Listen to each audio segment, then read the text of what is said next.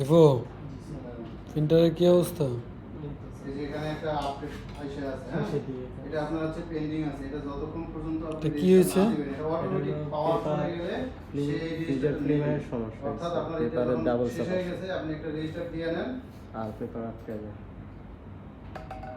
সমস্যা। একটা সে আপডেট পাবে, এটা এবং ডাউনলোড হবে। সেটা ডাউনলোড হওয়ার সাথে সাথে সে এটাকে প্রিন্টারের মডেল কত? এটাই হচ্ছে 6230 ক্যানন। তো এটা তো এই ইয়ার প্রেশার, এটা কি ফিল্ম রোলার না? ফিজার ফ্লেম ফিউজার ফিল্ম কত এটা?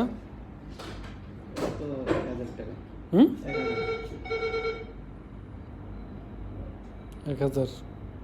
কারো লাগলে বাসায় করে দিয়ে আসতে পারবো না? জি স্যার।